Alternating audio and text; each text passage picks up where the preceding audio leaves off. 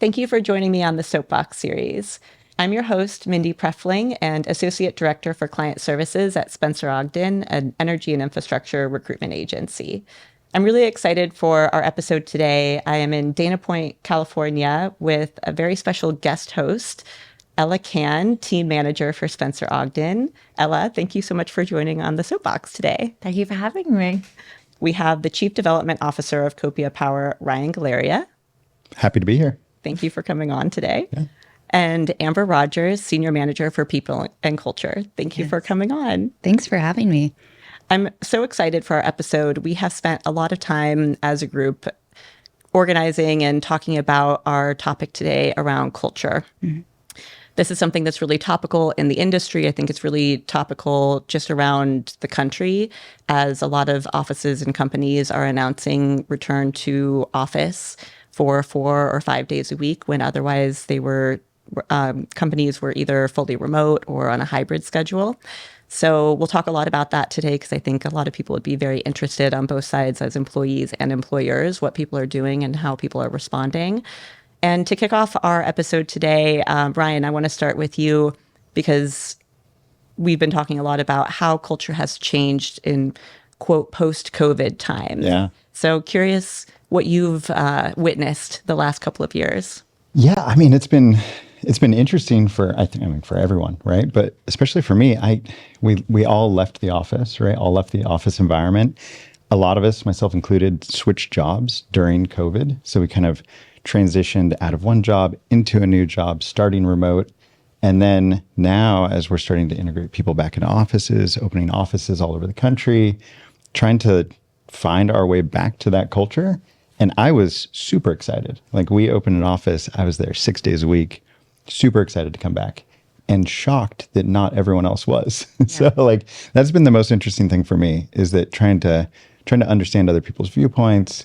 I think there's a lot of the workforce became so used to, or really came into the workforce during COVID and in a remote environment, in a non-office environment, and trying to find a middle ground between what I thought was the norm of always being in the office together, and what a lot of people find is the norm of being kind of flexible and partially remote, partially in the office. Having a lot of like at-home working has been really interesting and new for us, and kind of tough to adapt to be honest. Yeah. I think it's been a really difficult transition for a lot of people and a lot of companies. Amber, what do you think could help the transition to make it a little bit smoother as companies are returning to work?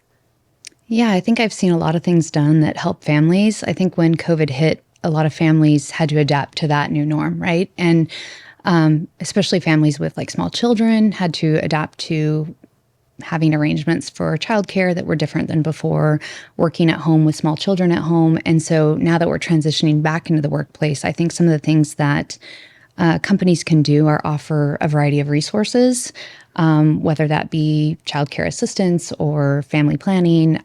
There's just a lot of resources there that help with that change, that take the pressure off of the families as they move back into the work environment. I think also it's really important for organizations to be, I speak about this a lot, I think that it's really important for organizations to be clear and transparent on their communications to the employees and why coming back into the workplace is important. Their vision around having a certain type of culture needs to be communicated so that employees understand why those changes are occurring in the workplace. I think that's key to making the transition smooth. Yeah. Communication and maybe understanding like what accommodations can be made for your life circumstances. I also think part of the returning to office is what's actually happening in the culture inside of the office, like how people feel coming in on a daily basis. So I'd like to talk a little bit about that. Like, how do you create culture within the office on that day to day, and like create camaraderie, bring people together? Because that's very much part of that conversation as well. Yeah, I think as well, like what Ryan was saying before, is you were excited to be in the office. And obviously in a leadership role, I think communication, like you said, is key, but also leading from the front in that way, in communicating why it's important to be here, but also demonstrating that on a day-to-day basis and having a leadership team that are extremely present in the office too. Because for more junior people within the office, having that FaceTime with people is one of the reasons why it's such a great place to be. And people can learn a lot from the environment that you're in, as well as building that culture as well. Yeah. Well, I think part of it's like making the office environment like really productive, right? So when we first, and I think this is true of a lot of companies, when you first go back into the office, you like hop on the next meeting and you realize like 3 people are on Zoom in different offices, like 20 feet from each other. And it's like, oh, we should just like all sit together at like a table and talk.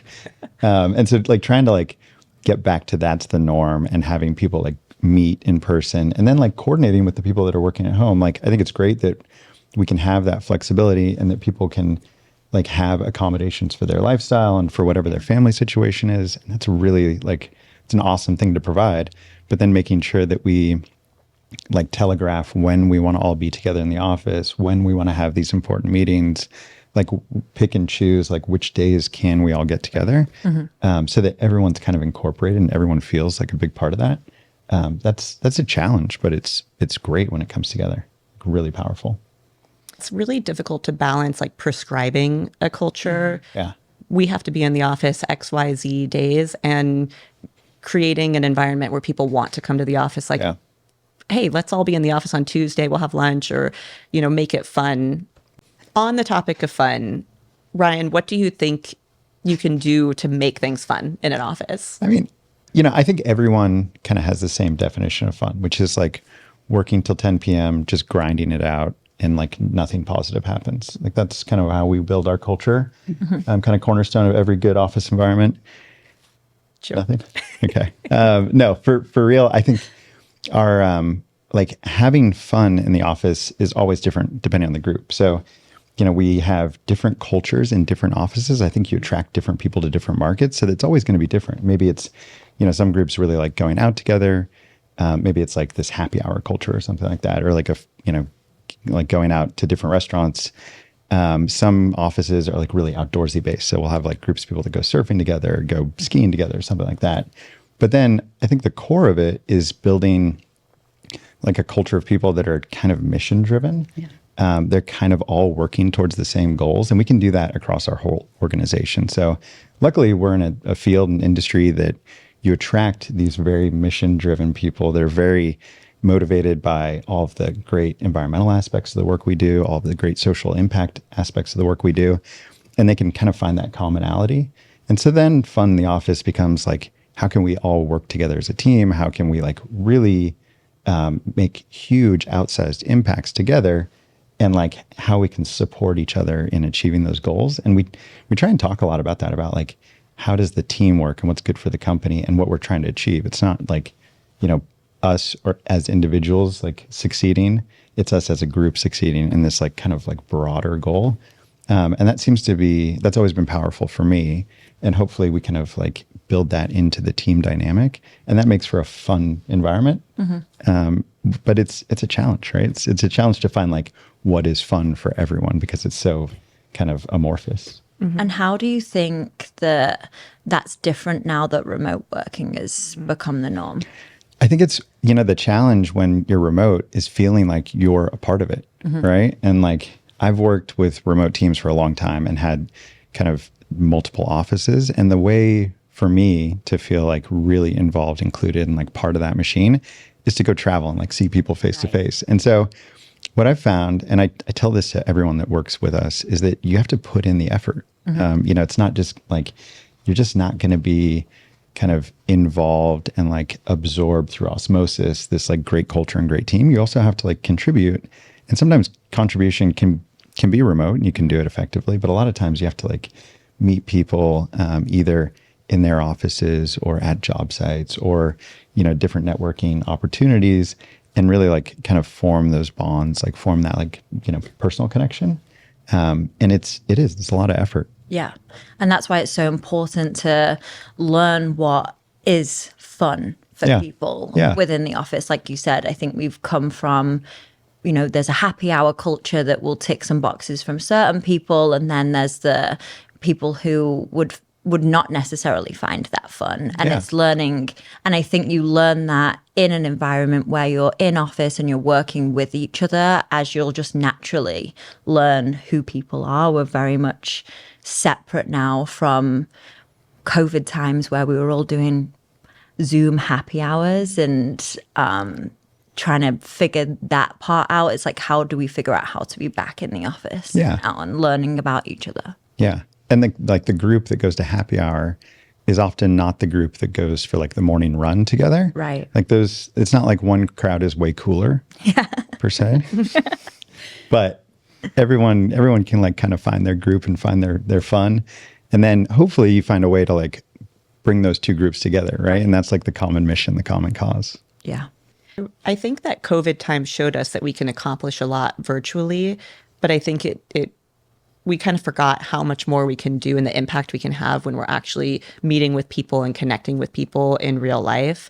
And I think prior to COVID, there was maybe a lot of forced activities to create culture, like happy hours and things like that. I don't know. I always felt like they were forced because that's not something that really got me going. Yeah. But you're so right, Ryan. Like we work in an industry where people are really passionate and get a lot of joy out of making an impact in our environment, making an impact in the power transition or the energy transition. And that's something to be celebrated and to bring people together rather than, try to force activities.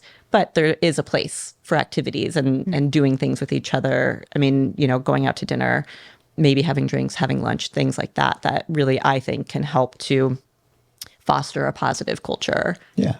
Yeah. I think we found like, to our like surprise, we can be really like impactful. We can have like a really efficient, effective organization without having every single person together in an office 60 hours a week. Yeah. And then we kind of went to the other end of the spectrum where we're like no one ever in the office. And now we're trying to find that balance where we can accommodate people's like home lives, be like really flexible, find ways that everyone can work like the best way that works for them, which maybe is kind of disjointed hours, sometimes in the office, sometimes at home, sometimes remote somewhere else.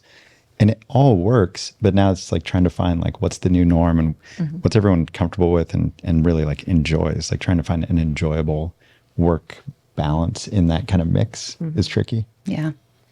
Amber, I want to talk to you a little bit about how you represent the company culture when you're interviewing candidates. You're in a human resources and talent acquisition position, and oftentimes kind of the first point of contact into Copia with interviewing. So within your role when you're interviewing folks and representing Copia, how do you ask people about what they're looking for in culture? How do you represent the culture within Copia? Let's talk a little bit about that. Yeah. I mean, obviously my background is in culture, so I think it's highly important. I think it's highly important because it really is what drives long-term commitment to the organization, is feeling that sense of belonging. And so when I'm interviewing candidates, I'm focusing on their motivations, what is going to keep them satisfied in a position. And skill sets are, of course, highly important, but a lot of skills can be taught. Finding an environment where they fit in and they're going to really thrive and feel that true sense of belonging is key to finding, again, a great candidate, and for not only Copia, but for the candidate themselves. And so I focus a lot on, their prior experience of what has worked well, what hasn't, going into relationships with colleagues, going into management style, even the office environment, meaning what the office setup looked like, because some work well in a private setting, some work well in an open setting. And so really just exploring all those different aspects. I think when I talk to candidates about, if you just say, what culture do you want to work in? That's a massive question that is a little bit, nebulous. It's like, what does that mean? And so you have to really break it down for them into those different components of everything that makes up culture, and then assess those individually to see if it's a good fit.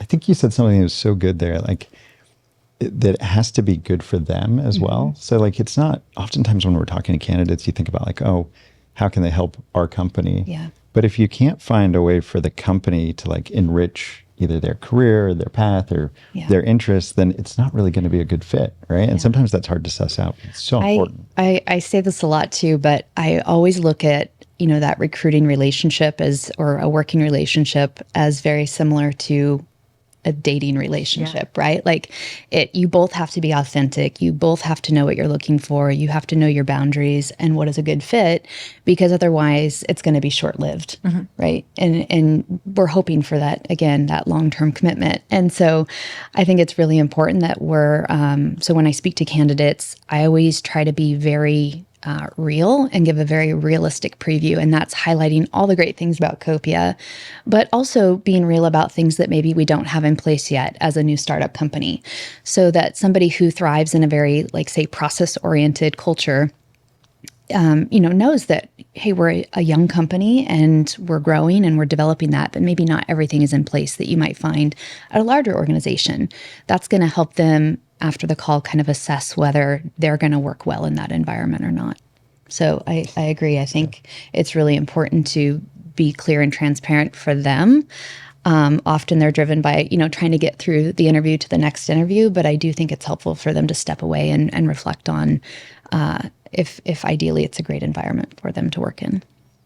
Yeah, I like what both of you said, and Amber, what you said, and Ryan, what you piggybacked on is the understanding the candidate's motivations is going to be the critical part. And I do think that's something that hiring managers may not have the same ability to suss out because maybe they don't have the experience with interviewing. They're really good at their trade and their craft, but interviewing is an art and absolutely is dating. We use the dating analogy all the time in recruitment. It's our favorite. I'm totally uncomfortable with that.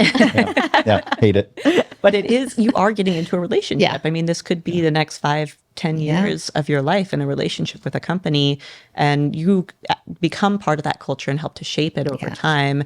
And how that aligns with what your goals are is really critical to be able to advocate for yourself in that interview process. Yeah. It's coming from a genuine place too. It's like we were talking about this last night of that's what drove you to join Copia. So to be able to come in as that point of reference and be like, this is why I've been driven to work for the business and why I want to be here.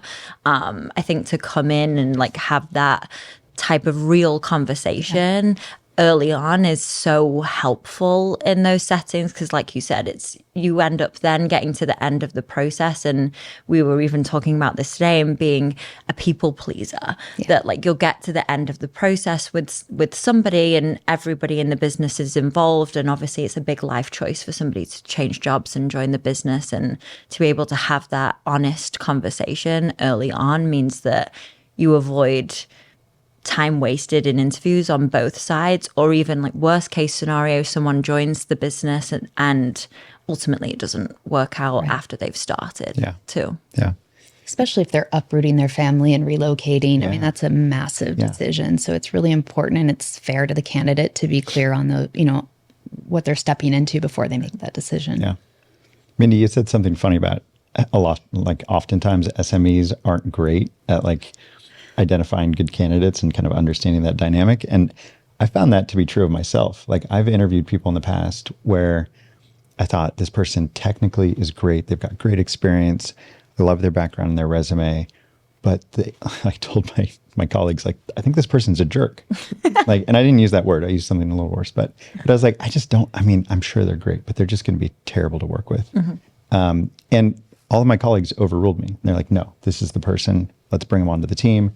I did it, and it turned out just delightful person, like wonderful. Yeah. And we worked together really, really well for years and years and years. It's actually a person that I just hired again at Copia that's coming on. And now, like, I've got the benefit of all this experience, and I know that they're wonderful. But oftentimes, you kind of have to understand that maybe you're not seeing them through the same lens as other people. Maybe you've got a blind spot in your recruiting, your like kind of understanding of how people interview. And it can be like just really helpful to find like someone that's much better at this who can like help you see those blind spots, see like the actual potential of these people that you're recruiting, and understand if they're going to be great for the company. Which is actually brings up another point why the interviewing process, it's so important, and Copia does a really good job of this, bringing in multiple different parties, getting different perspectives to come in, because people have different interview styles and different EQ levels, where they can maybe flesh out in an interview what people's motivations and soft skills are that they can bring to the table that someone else maybe completely missed. And so getting the crowdsourcing around an interview and a candidate is really critical to find the right culture fit. Not every company does that, by the way. Some companies will do one and done interviews, or maybe like a small panel of 2 or 3 people, make a decision, and then just hope. Yeah. Cross your Yeah, fingers. I was going to say, I talked to candidates about that. Part of my meeting with them initially is also our process and explaining it's a little bit of a lengthy process, again, being transparent and honest with them, but then tying that back to culture and why we do it. And it's for all the reasons we just discussed, of making sure that it's a good fit on both ends, but that we're getting feedback from people this individual is going to work with regularly, and making sure that, that we're all aligned and on board. And, everybody, which I think this is super cool that Copia does, but everybody interviews with our CEO as a final interview. And when I say that to candidates, their face lights up like, wow, I've never met with a CEO before. And I say that's a direct result of how important culture is at our organization. Like, he's that protective of it. He's that invested in it. And so, I think that alone speaks to, a company with a really healthy culture, and candidates, you can almost like see them visually become more interested in the interview and commit to that longer process, understanding the reason behind why we do that. So I think it's really helpful to explain that to them as well. Yeah.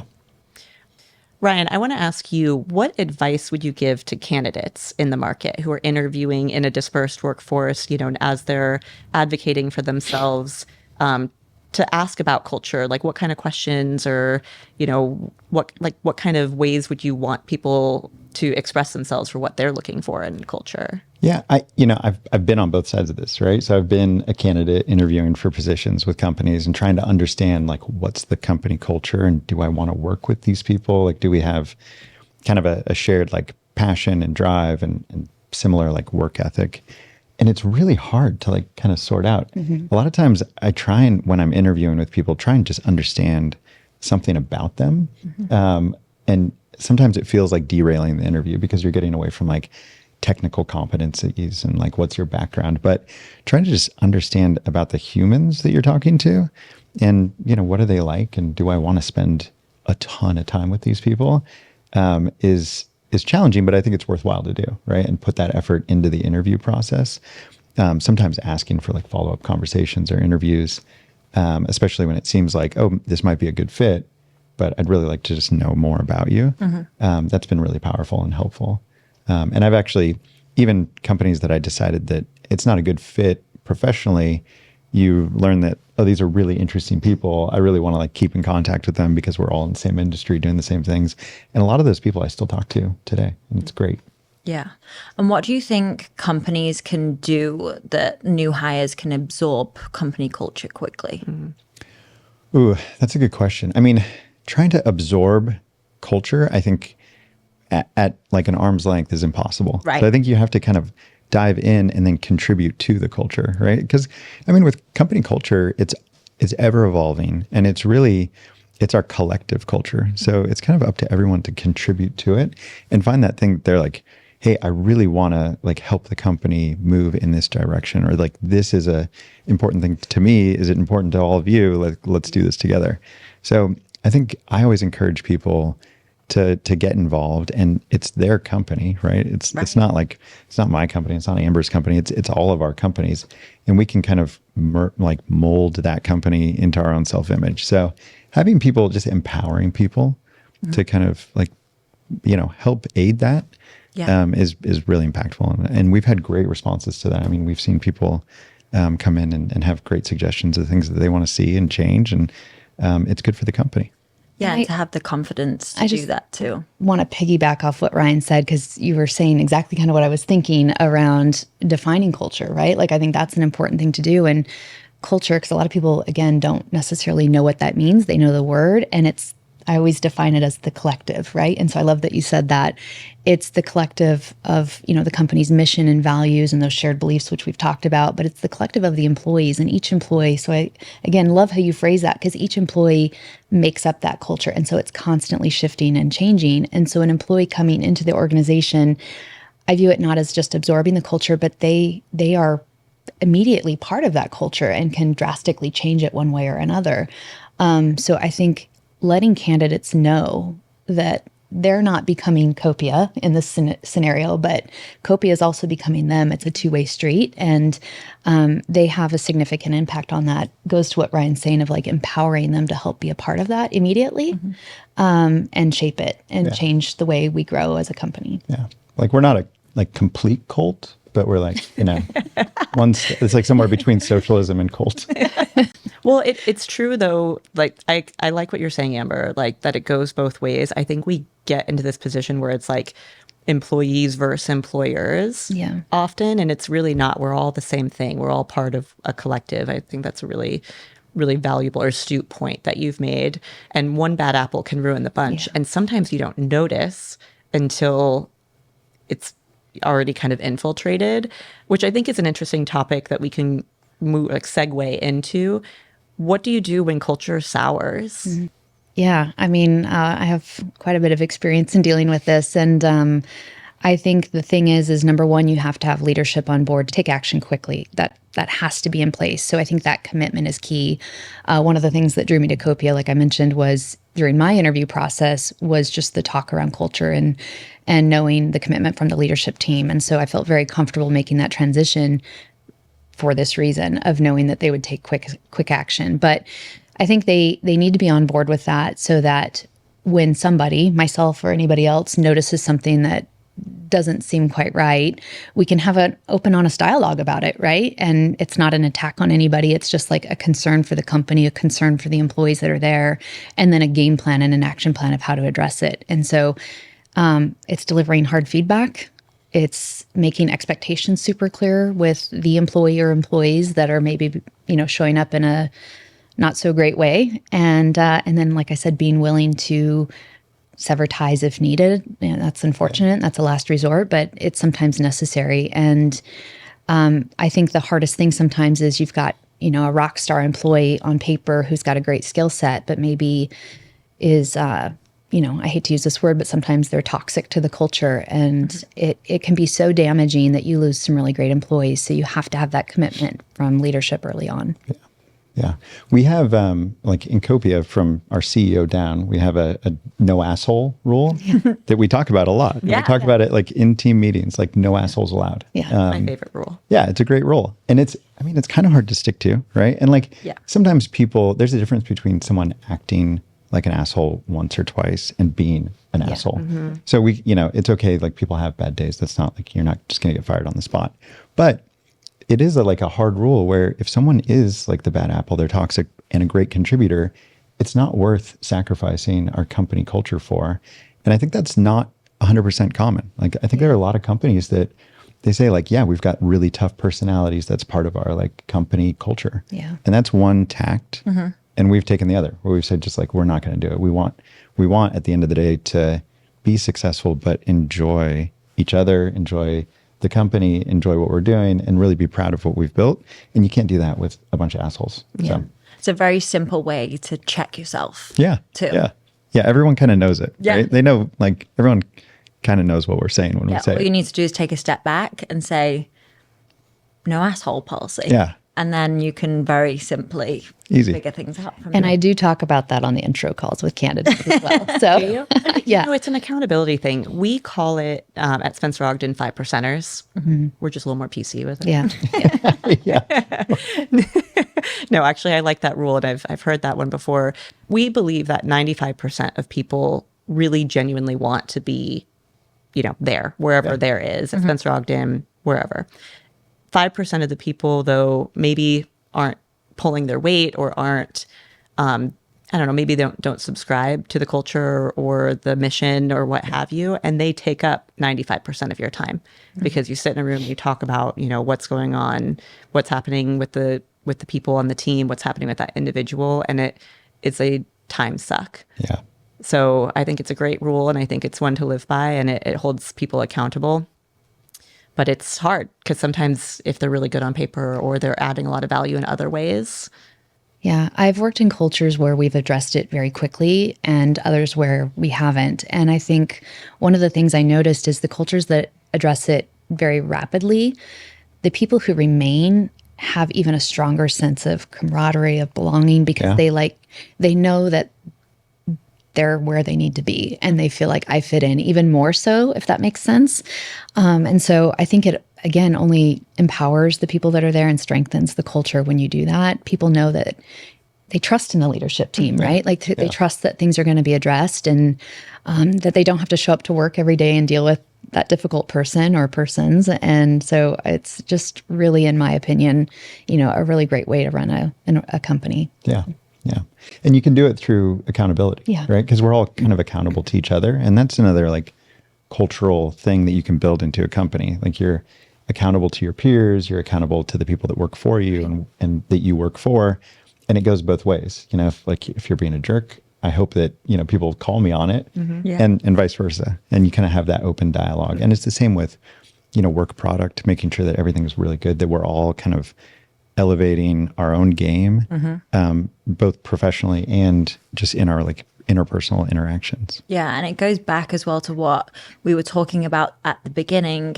If we're accountable to each other and we're checking each other, even before that, you need to have a level of relationship with that person. You have to have trust. Exactly. And like, how do you build that trust? And it's spending time around each other so that you can have the confidence to check each other and you can build that relationship maybe faster in that way than needing, like you said, Amber, time to figure out how to be accountable to each other and realize, where the bad apple is, if that is the case, or whether it's just a case of it's not the best week. I'm going to check you and you check me, and then we'll build from there. Yeah. You build even deeper relationships in that way. And a really like strong, group and a strong team will like reject the bad apple. Yeah. Right? They'll be like, this guy's a total asshole. Let's get rid of him. They'll call it out. Yeah. And everyone just knows it. Yeah. I think that's part of the culture though, right? You have to have a culture of feedback where that's open and welcome, because again, I've been in environments where that's not. People walk on eggshells. And I think it stems back from lack of action when something like that is brought up. And then it becomes a fear of speaking up and sharing when there's maybe somebody not performing. So I think when you have that culture where people are speaking freely, it's so important to continue to foster that and allow it. And it doesn't have to be that you respond always to whatever their wish or desire is, but that you take some sort of action, even if it's just following up to let them know that there is no action. And so, but that culture of feedback, that's what I call it, is so important to a healthy culture. I love that you brought that up, because I think that's what Ella's talking about too with accountability. If we create this mutual accountability and a 360 feedback loop.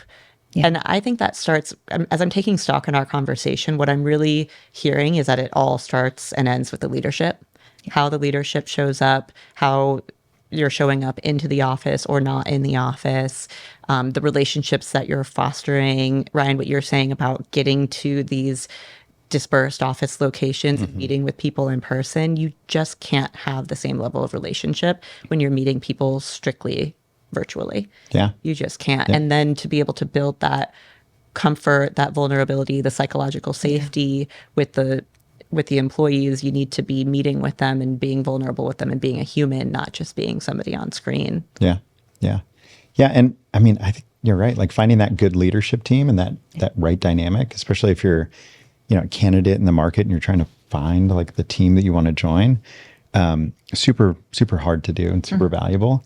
I was one of the founding members of Copia, and I got the unique job of picking our CEO. So, I got to call Ray and say, hey, you should come be my boss. Like, I'm picking you, which is like, that's a weird, like. Everyone wants to pick their boss. I know, right? I know. Talk about like dating your candidates. But but it was really great. And it's been such a great experience for me, right? I knew who I wanted to work with.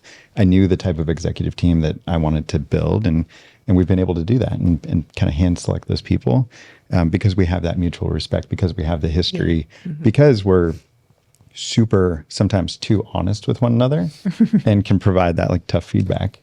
And that's how we've kind of created and tried to hold it very tightly onto our own culture.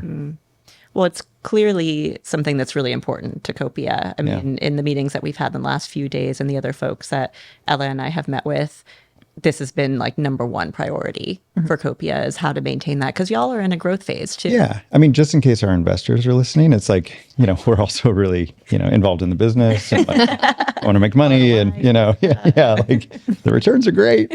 It's like returns, then culture returns, whatever. Well, they feed each other, though. They do. Actually, that brings up a really good question. There's an expression, culture eats strategy for breakfast. What does that even mean? Amber? Yeah. I mean, it basically, in my mind, it means that you can have the best strategy in the world and this 5-year plan to get after whatever your company goal is. If you don't have that foundational culture, you don't have the buy-in from the employees to achieve those goals. And so basically, culture eats strategy. And so your strategy is not going to be successful without that shared belief system, without the values, without that drive. I mean, Ryan talked about it, but at Copia, everybody knows why they're there and everybody's focused on the same mission. And so do I think we're going to achieve our goals? 100%, right? But without that, so that's why culture is so important. That's why this is such a hot topic and you hear about it, because companies are recognizing that they can do all this planning and strategizing, but unless they focus on this and making employees, satisfied and part of the decisions and part of, that overall strategy, it's not going to be successful. Mm-hmm. I love that saying. Yeah, I do too. Now that it makes sense to me. Yeah. Has there been any traditions or things that you've seen, either of you in your working careers, that you've seen help add to culture in the office? Anything that you've taken from one company to another that you've been like, this has worked well, let's keep doing this? I mean, I have, and selfishly, it's like trying to find like groups of people that are interested in the same like extracurriculars. Right. So like, I've always had like or tried to form like a backcountry skiing group with my colleagues, just because I need some friends to go skiing with, and then you've got like this captive audience, and then it's like a really fun thing, and you kind of, it's kind of like when you're in college and you've got your like intramural sports, and then you make new friends that you wouldn't have worked with otherwise, or you wouldn't have gone to school with or whatever. Kind of the same thing. So trying to find like just things that are totally unrelated to work, shared interests, shared like passions, super fun. So I've tried to do that every company that I've worked at. Yeah, it's a really interesting point and also what we were talking about before, that you can add to culture at all levels. It doesn't necessarily need to be, we're doing this huge offsite as a company. Yeah. It's as a new employee or as a founding member of the business, anyone can come in and be like, well, making cheesecakes is my passion. So, who wants to do that? Or maybe we can do a bake-off, and having the confidence that you can come in at any stage and bring a passion or a hobby of yours to help add to the culture that. I really like that. Yeah, I always think about, for whatever reason, when I have these conversations, I think about Maslow's hierarchy of needs, and like we're all here to work because we need to provide basic things like food and shelter, et cetera. So we're here for a paycheck, yes. But that next level is that sense of belonging, right? And so with what Ryan just said is that, the interest-based groups are so important. And again, to use this word, it's that connection. And so I think connecting with people, and that's why remote work was so hard, right? It's you have that quick call that's business focused, but where's that connection? So I think the one thing, it's not cookie cutter, it's not like a potluck or something, wouldn't be my answer, but it's just spending time to get to know people, that connection with each other at each company, and then kind of connecting those dots for individuals, encouraging people to be vulnerable, share who they really are as a person. And so when I think about a healthy culture, I think about one where people can show up and be their genuine selves. Yeah. If you're doing that, you're going to share who you are, what your interests are, and you're going to naturally find those people, form those groups. Yeah. And then that just organically grows the culture and those kind of fun events you're talking about. Yeah. And so I think, we as leaders can help foster that and encourage it, but it goes back to employees owning the culture as well, right? Mm-hmm. And just taking that. So when I talk to candidates, I talk about, we're looking for people who are personable, who take initiative to connect, who want to build healthy relationships with their coworkers. It's not showing up and doing the job and going home and being completely disconnected. Mm-hmm. It's genuinely wanting to know who you're working with. Yeah. And I just think storytelling and connection is so important. in making that happen and building that trust you talked about earlier. Yeah.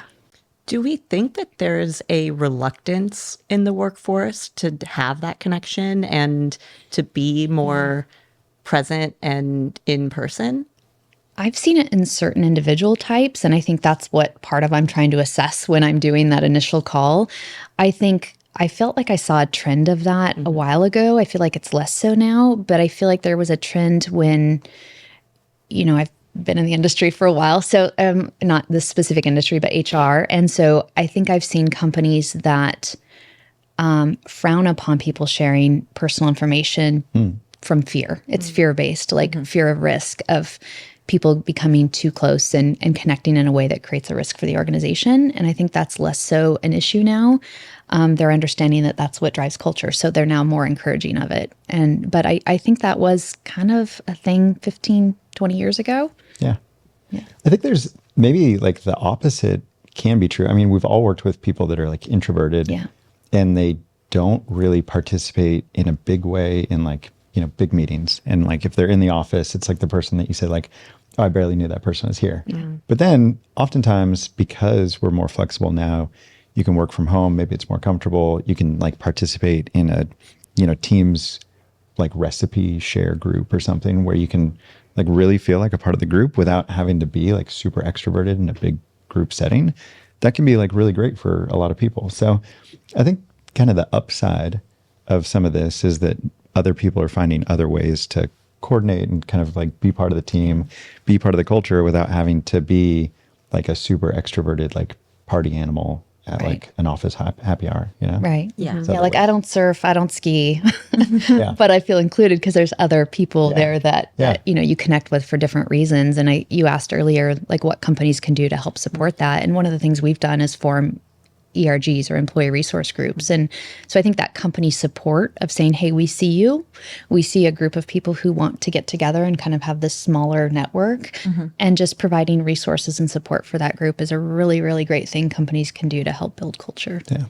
And our, like, just to plug it, our vegan teams cooking group is like amazing. Like my tofu game has like gone up 3 notches. And like, aren't you the head of the gardening club too with your tomato plants? we don't have to bring Ryan, up the I feel like you're tomatoes. just the social chair of and the social glue of Copia and probably any company. I think I'm just pestering people with like, like do this thing with me. Like I want friends. Well, I guess the reason why I'm asking the question is I feel like there's a lot of really negative narrative happening in the workforce around being in office and working, like doing social activities with their colleagues. Like, oh, I just want to be left alone. I want to be able to do my work. I want to work from home. I want to have this, that, and the other, and like be able to do all my things, which I understand, right? As an adult, I also enjoy some flexibility and being able to do my appointments and do the things I need to do. But Amazon, I think, announced today that they're returning to office 5 days a week. This is something we're going to hear a lot about. And a lot of the commentary is super negative around it. And I understand why, but do we think it's because people just don't want to work or as much? Or is it because maybe, I don't know, like it just seems really negative. And I feel like there's a reluctance to be in office and be with people. Yeah. I think just in general, humans are reluctant to change, right? Like I think we all know that. And so I think that's just part of the battle. I do hear a lot of positives also, like honestly, from a lot of people coming out of college. They want that on-site presence. They want to learn and grow from each other. They want connection. That's really important to them. And so I think it's so individually specific that it's hard to nail down. Yeah, I mean, it's hard to say. I think like companies have to, that's why it's a challenge to grow a great culture, because you have to balance all those different, variables that are involved in that. And so I think, maybe there's some negativity because lifestyle changes, extra, financially, it's extra money to commute potentially. And so again, it goes back to a culture of feedback of the organization saying, help us understand why. Why is this a challenge? And again, reciprocated of why they're making that decision to come back in 5 days a week. And ultimately, you have to be able to say, this isn't for me personally, and walk away, or the company sever ties if somebody's not complying, right? Like that's going to drive that compliance or culture that you are trying to achieve. But Yeah. I think you're right. I think it's like a reluctance to change. And I think going to an office every day is like, it's like going to the gym. Like, obviously, if we can get a close up camera too, like I'm, always in the gym, but it's like really hard to get going. And the first little bit really sucks and you really hate it. Mm-hmm. But then a lot of people find that they love it and they need it, right? That's like a big part of their life. Like, it just makes you feel good. Like, you're more productive. You just like, you're loving every bit of it. But not everyone. Like, some people are like, no, I'm not like a gym person. And I'm actually definitely not a gym person, which is why it's a fun analogy. But I think that's what we're going to see. Like, as companies make these like blanket rules, like, people are just like, oh, I don't want to do it. It's like a lot of effort. It's really hard. And a lot of those people, once they get in the routine, are going to find that they love it. Yeah. And probably 10% are going to be like, this is not for me. I want a more flexible lifestyle, or maybe it's 20%. Yeah. And I think we kind of see that with our groups. Like, some people really adapt to it. Some people love it. Some people really thrive on being in the office. Some people are like, hey, I'll come in a few times a week. Like, I can still do everything. I can still be engaged and part of it. And that's fine too. And I like you said something earlier in the podcast about it being a productive environment. So creating an office space where they don't feel like coming in was not worthwhile because, and it's so amazing the little things that are included in that. It's the visuals, it's the lighting, it's the access to other people, it's the fun things you're doing in the office, right? Yeah. And I think happy hour is oftentimes associated with a fun culture, but there are people who, want that work-life balance of like, when it's 5 o'clock or whatever time, I can go home to my family because, of course, family is very important. And so I think, again, balance. It's all about balance. It's finding things that you can do in the workplace to celebrate little wins, to celebrate employees. Recognition is huge. And again, creating those avenues for people to connect. Yeah. And creating a positive environment too. Like, the happy hours and the extracurricular stuff is all one thing, but you spend more time with your work colleagues than you do anybody else in your life. So how is that environment good for you on desk if you are office space? Like, who are you as a manager or as a company surrounding with each other? Like, going back to that, recognizing, is this person good for the culture? Because then that affects everybody else, and making sure the day-to-day environment is a positive space for people too. Yeah. It's like, if the space isn't fun at 2 p.m., no one wants to like go for a drink at 5 p.m. Right. Exactly. It's like, like, you're just like, I want to get out of here. It's like, I've had it with these people. I think say a good barometer for, engagement and how happy they are is how many people attend the happy hour, right? Like, because if you have low attendance, then that probably is speaking to something else that people don't want to spend additional time together. That's why we make it mandatory. Yeah. No one knows. I love this point, Amber, that you made, that it's like a transition, because we very quickly transitioned into a like fully remote workforce. Yeah. And then over time, we've developed some hybrid schedules and flexible schedules and things like that. And so it's just new information, and it's going to take time to transition. It's an adjustment time. And I like your positive spin on, there are people who want to be in office and seek that, because you do get more development. And Ryan, I'm absolutely in that camp of more productive when I'm in office, and 100% love the gym analogy, because like, I feel the exact same way. Like, sometimes I'm like, oh, I gotta go, and then again, I'm like, I love these people. Yeah. Like, I genuinely love being in. Ella is someone that I like look forward to seeing in Me too. in the office. Yeah, we always text each other. Are you in today? Yeah. Great. I'm so excited. Let's do one. We need to start doing Yeah. But it's great, like, to have that. And I think that's something that happened organically. And, we wouldn't have that relationship if we didn't live in the same city and get to see each other. Didn't for a while. And like, our relationship blossomed from being in office together. And it wasn't the mandatory happy hours that we attended together, or it was just spending time in each other's space. And that's what you hope as a company will happen, is that like pockets of relationships that all gets packaged together in the jigsaw that makes the company culture. Yeah. So that's all of the questions that we have. Is there anything that I haven't prompted that you want to talk about as it pertains to culture? Because I feel like we've talked about culture a lot the last couple of days, and there's a lot of kind of subtopics we could go into. I actually want to know, like, you guys are the experts, right? You know everything about the industry, A about lot. culture, Yeah. Yeah. Companies, Every single box. all of it. Yeah, you tick it all. Like, what do you, if you look at your crystal ball in like 3 years, 5 years, is everyone in offices all the time, or are we still in this like hybrid weirdness and still talking about this, or is it like settled? We've all like figured out 2.5 days is perfect, and that's the new norm. I think there's going to be a lot more in office. I mean, just from what we've seen from our clients and even what we're seeing in the recruitment industry, recruitment agencies are beholden to the same laws as any other corporate company. And we're seeing a lot of that shift. I think there's going to be some flexibility, some level of flexibility, because people want that and they need it. I think what we've learned during COVID is that we're not just robots coming into the office and like have nothing else in our lives to have to deal with from 8 a.m. to 5:30 p.m. So I think there's a lot more like a human element that's coming in, where people have some more flexibility to take their kids to work, go to doctor's appointments, things like that, and still be trusted to work the same amount of hours and maybe, fill in some blanks from home because we have that accessibility now. Yeah. So I think there's still we're going to maintain some hybrid schedules, flexibility.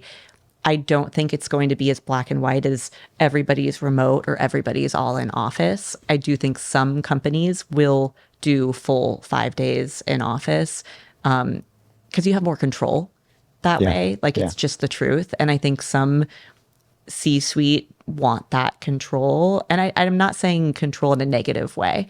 I just think it gives people a little bit more like control, like finger on the pulse, what's going on, what's the productivity, what are the activity levels? Yeah. Because it's hard to track that when people are remote. And I don't know. What do you think, Ella?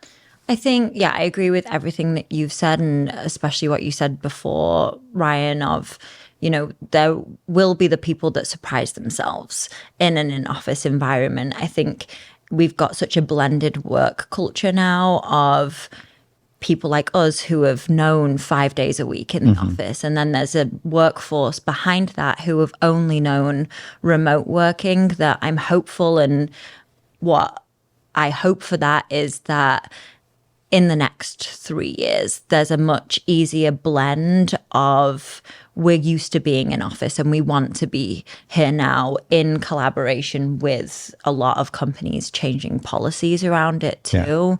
That it's more of a hopeful crystal ball than a looking into the future crystal ball, that there'll be that human element, but a positive in office. This is just the norm again now that we're all kind of back and we're spending time together rather than the hesitation around it too. It's like back to normal, but different. Yeah, 100%. Yeah, I like Which is good. I think a lot of positive changes, because I think coming in, well, for me personally, like the 5 days a week, I didn't realize how exhausting it was, like how much energy it took to just be with, this is going to sound weird, but just be with people all the time. With Ella. Yeah. With Ella. I hear you. Every Yeah. You spent 2 days, 2 days with me, and Ryan's already exhausted. I get it.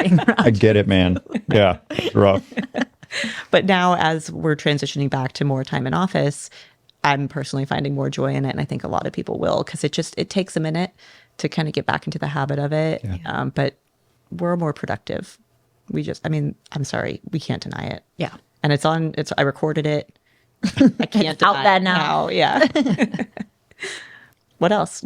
No. Anything else? Yeah, I mean, the only thing that comes to mind for me is just hitting on diversity. I think that's such an important part of building a great culture. And, with diversity, we talk about oftentimes the protected classes, the different demographics, but I think of diversity of thought as well. And so I think like building a great culture, if you want a culture that's innovative and sustainable long term, I think you have to have diversity of thought.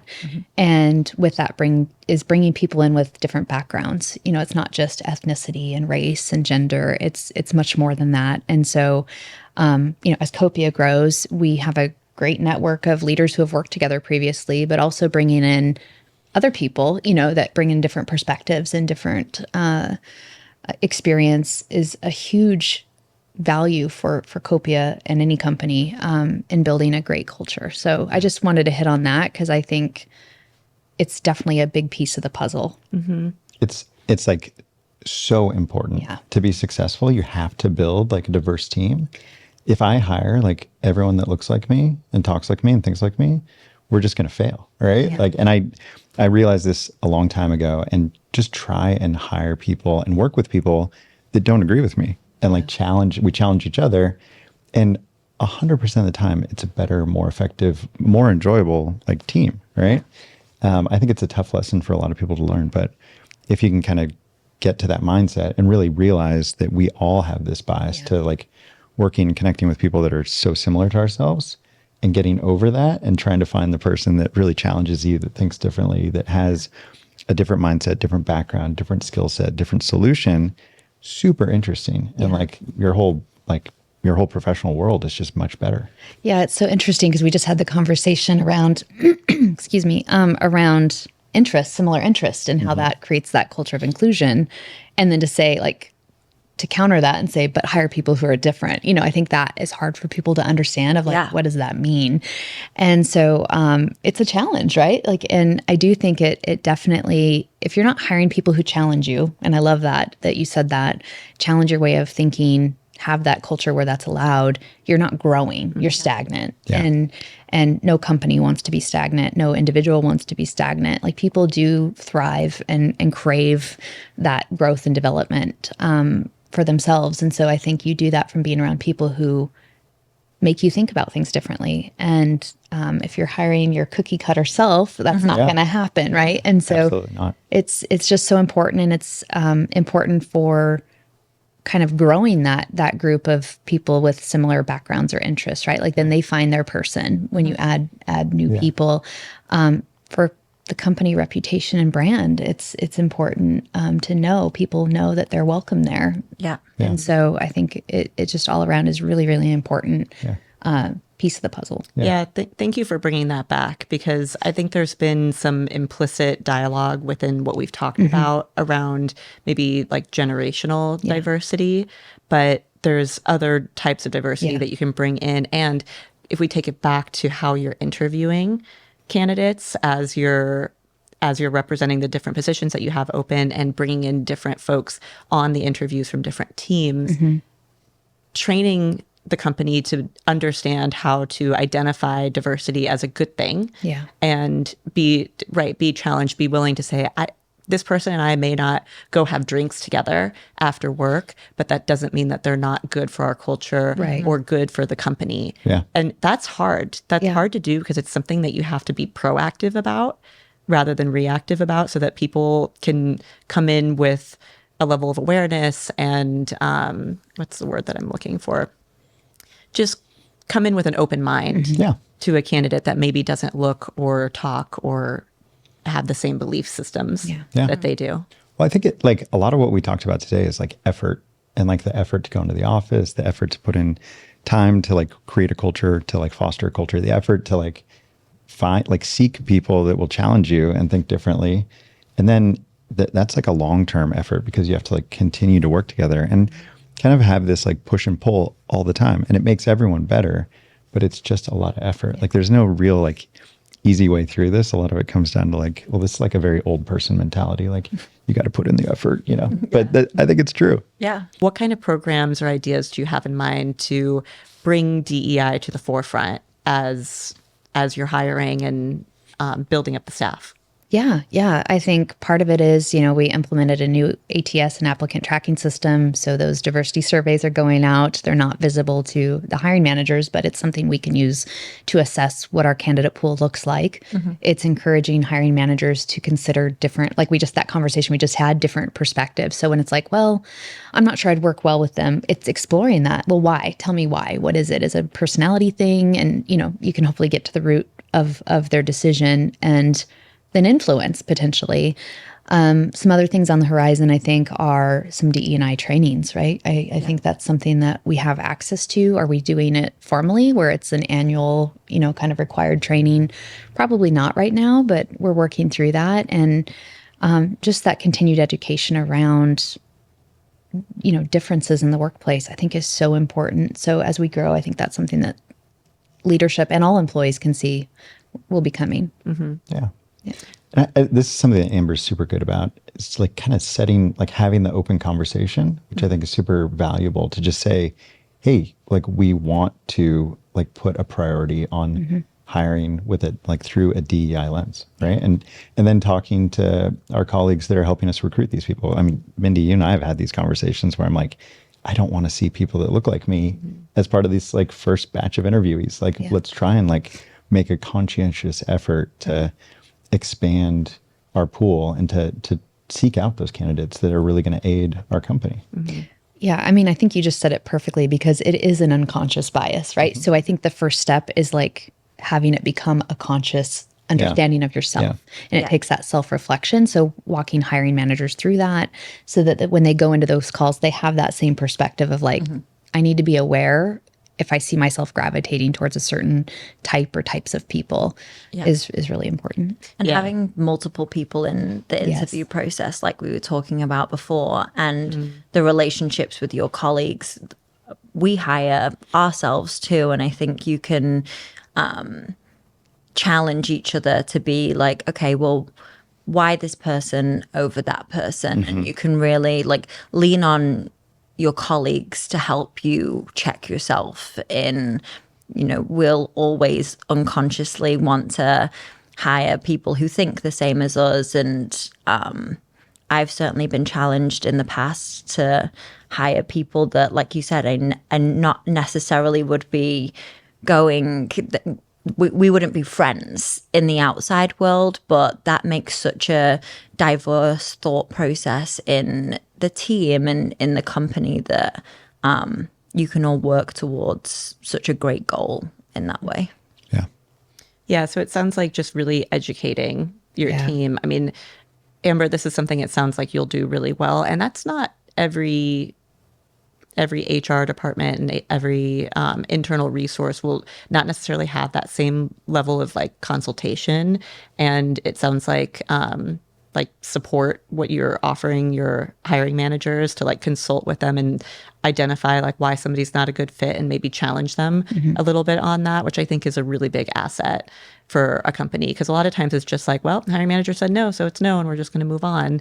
So having that like additional voice to come in and maybe give some different perspective and challenge the status quo.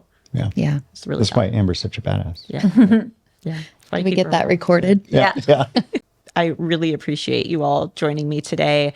It's been really wonderful spending so much time with you the past 24 hours. I'm sure we've exhausted you.